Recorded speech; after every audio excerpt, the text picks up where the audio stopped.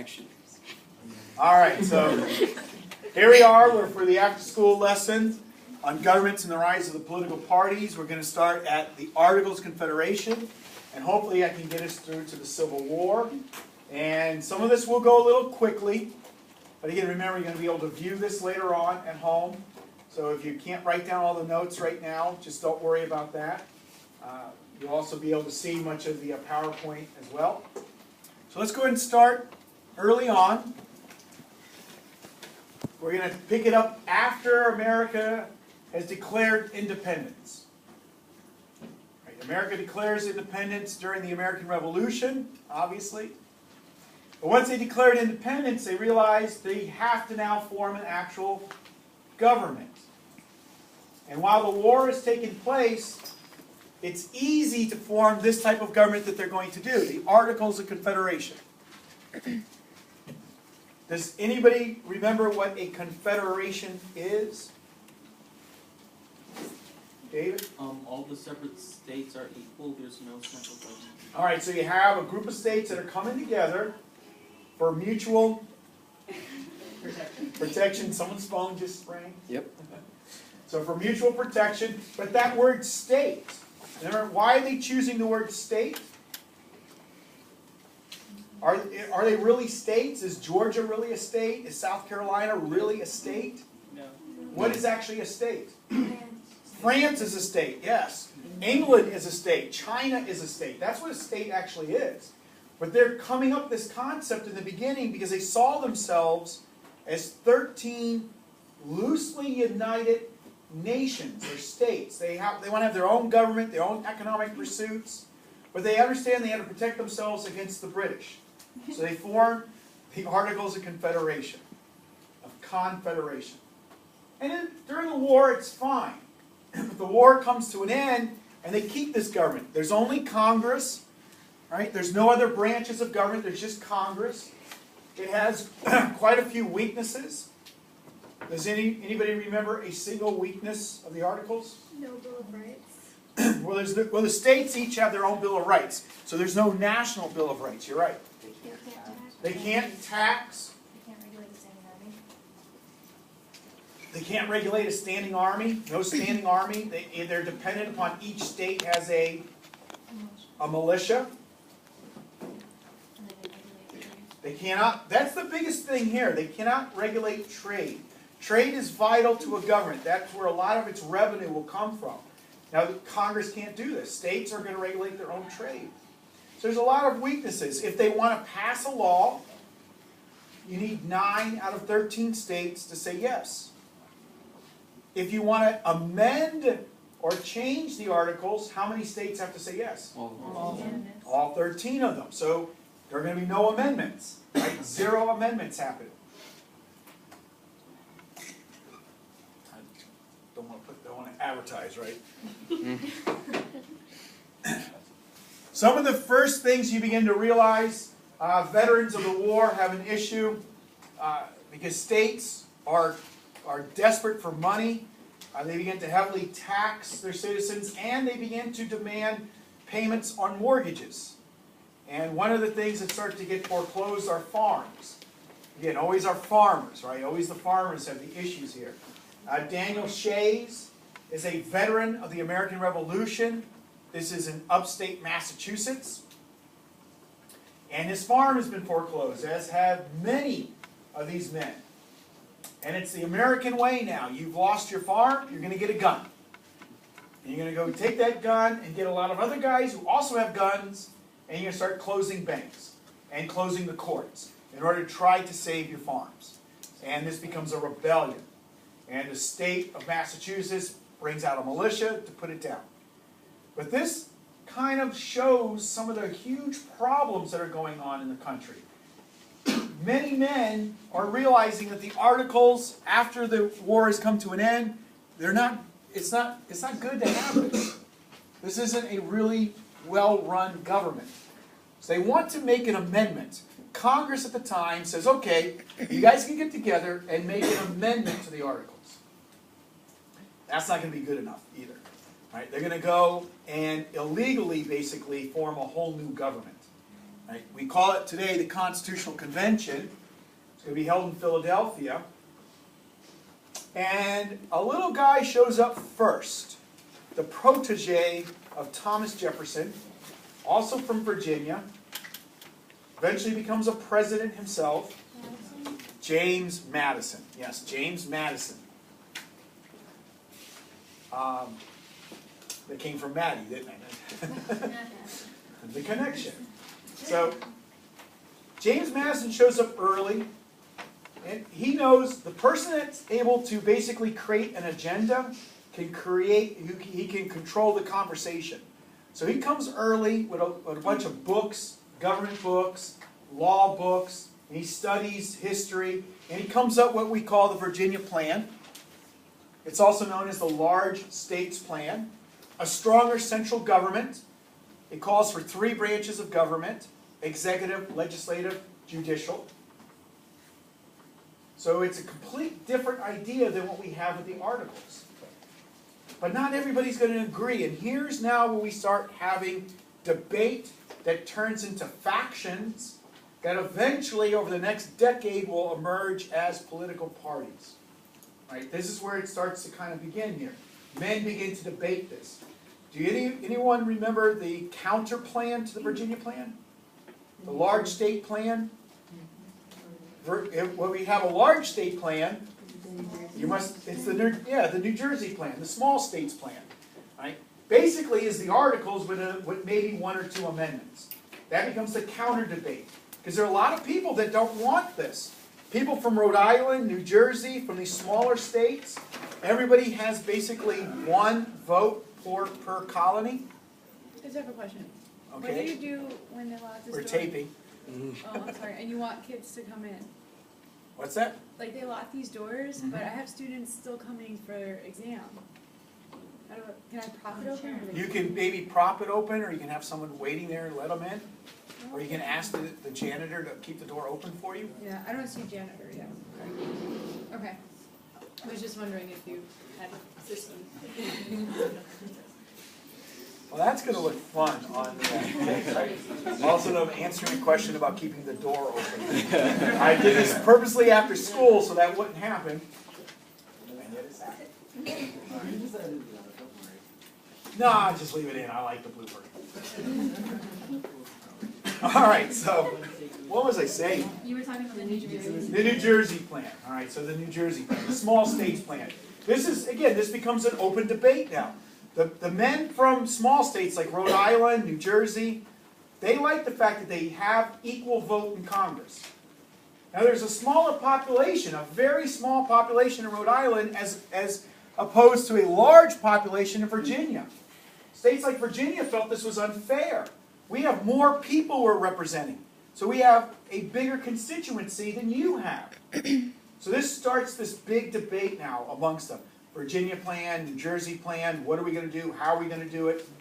So they start coming up with some compromises. The Great Compromise.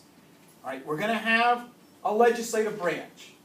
And Congress is going to be different than it was under the Articles. Instead of unicameral, or 1 house, it's going to be what? 2 houses, bicameral. Yeah, bicameral. And the 2 houses of Congress? The House of Representatives and the Senate. Yes, so we have these 2 houses. And now under the Great Compromise, we'll talk about how we now represent. In the Senate, we'll represent the states by allowing you to have just 2 senators from each state. No matter how big or how small your state is, each of you get 2 senators. But now in the House of Representatives, we'll do that based on population. Yes, population. So the bigger states will have more say in the House. So that will balance it out. And in order to pass any bill into legislation, it will have to pass both houses. So maybe Rhode Island gets kind of put down a little bit in the House, but it has bigger say now in the Senate. Or equal say, I should say. But that's not good enough either. Southern states, especially South Carolina, they do not have a large white population. But they do have a large slave black population, yes. So the 3/5 compromise comes in now. Now this becomes a bigger debate, right? There are certain individuals who are still thinking, equality. At what point are we going to actually do away with slavery? Should we let it die? But now we kind of politically invigorate it a little bit by saying, okay, we'll allow you to count 3/5. For every 3 out of every 5, you'll count towards your population. This is very politically important because it's going to allow a Southern dynasty to emerge. Later on, we talk about Thomas Jefferson. He does not become president if there isn't a 3/5 compromise. Because when you have more representation in the House, well, let me say it this way instead. The representation of the House is equal to the electoral vote you get in the presidential race. However many people you have in the House of Representatives is the equal amount of electoral people you have for the Electoral College. That puts Jefferson in the White House. Without that, without extra numbers in the South, he wouldn't be president. So this becomes a very, very important thing politically now, the 3/5 compromise. Something that will be debated amongst the factions and political parties over the next several decades. Well, again, we're still not happy. 2 factions emerge. People who are pro-Constitution and those who did not like the Constitution at all. Patrick Henry, remember, give me liberty, Give me give me death. He said, he didn't even come to this delegation. He said, I smelt a rat. Right? And he's not even going to be here. He's going to be angry over this because he's a states' rights guy. He's a small states guy. Even though he's from Virginia, right, he doesn't want this. And what is the preamble to the Constitution? How's it start? We the people. Who are we the people? This becomes the argument. Who do you mean by we the people? Well, white men owning land, elites. How about the common man, right? We're not representing any of that stuff. And that's some things that the Anti-Federalists are upset about. They're upset about a Bill of Rights. Somebody mentioned Bill of Rights earlier. Right? There is no Bill of Rights to this Constitution. The states all have their own Bill of Rights, but if we're creating a stronger federal government, it could trump a state's Bill of Rights. There's no mention whatsoever of God in the Constitution. And the Anti-Federalists don't like that either. They represent the farmer, they represent the poor, they represent people who are in debt, and they look at this Constitution and they're afraid of it. They see this as something that's going to get out of control, something that's going to be like a king. So they don't like it. But the Federalists, they do. They think this is the best thing for the government. They're more conservative in their thinking at this time period. And they want a strong central government.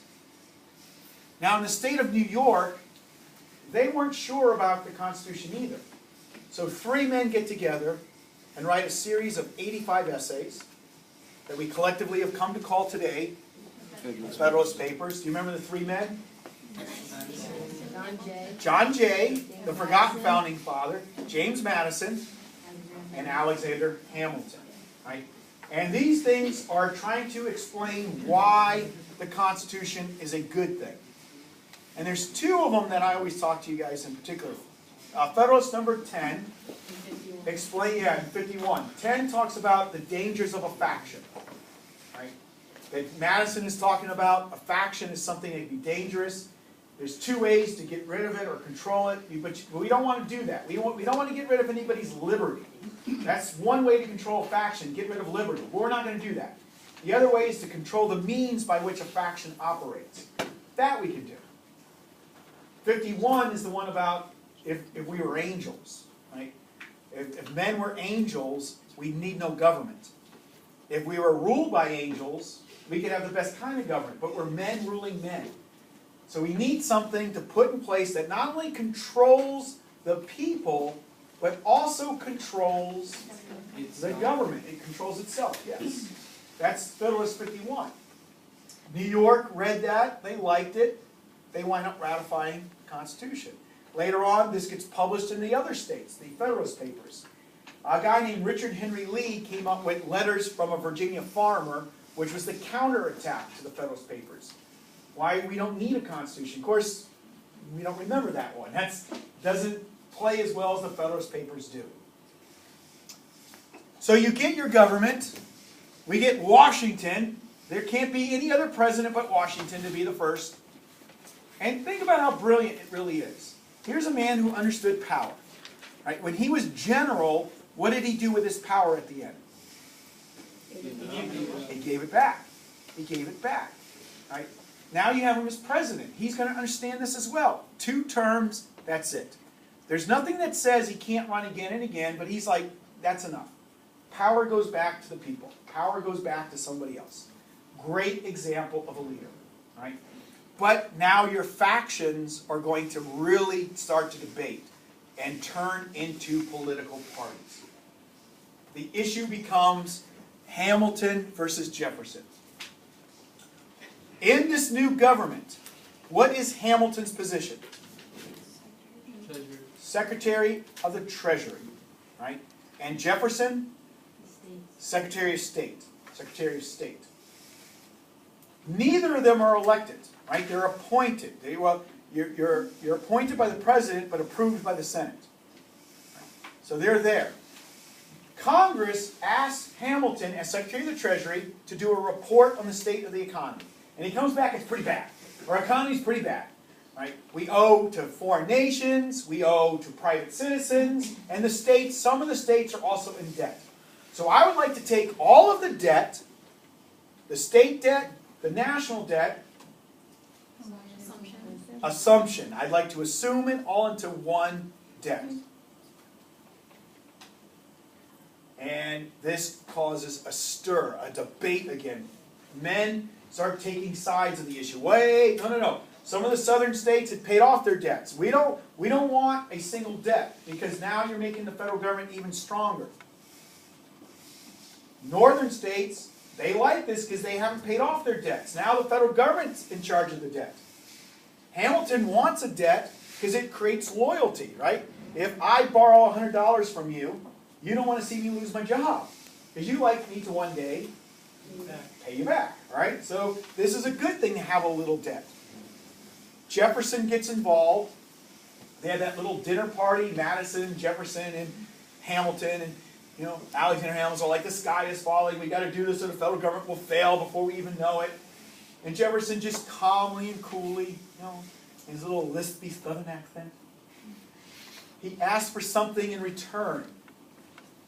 If I give you assumption, I want the capital. Throw me a little bone here, right? We put the capital, it's in New York. They thought they'd move it to Philadelphia, but we're going to go to Virginia. Right? We put the capital in the South. Political power now starts to emerge in the South. The Virginia dynasty, Washington, Jefferson, Madison, Monroe, all Virginians. The Southerners dominate the political landscape.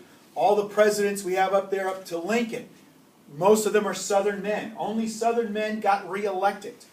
Northern men, John Adams, John Quincy Adams, one-term presidents. Right? Pierce, Buchanan, Northern men, one-term presidents.